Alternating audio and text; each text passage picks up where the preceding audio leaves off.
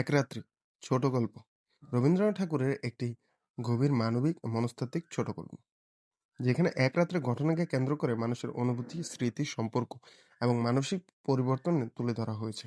গল্পের মূল বিষয় হলো এক রাত্রের অভিজ্ঞতা, মানুষের মানসিক পরিবর্তন। এক রাত্রের ঘটনায় চরিত্রের চিন্তা, অনুভূতি, জীবন দৃষ্টিকে বদলে দেয়। এই গল্পে প্রেম, স্মৃতির আবেগ অত্যন্ত গুরুত্বপূর্ণ। অতীতের সম্পর্ক ও অনুভূতি হঠাৎ এক রাত্রে মনে পড়ে গিয়ে চরিত্রের মনে গভীরভাবে প্রভাব ফেলে। আরেকটি গুরুত্বপূর্ণ দিক হলো নিঃসঙ্গতা ও আত্মচিন্তা।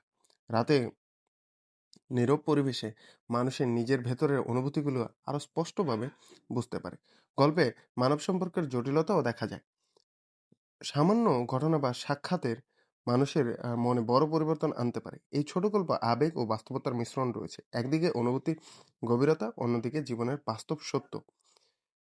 সংক্ষেপে এক রাত্রির ছোট গল্প রবীন্দ্রনাথ ঠাকুরের দেখিয়েছেন কিভাবে একটি রাতের ঘটনা মানুষের মন, স্মৃতি ও জীবন দৃষ্টিকে গভীরভাবে বদলে দিতে পারে।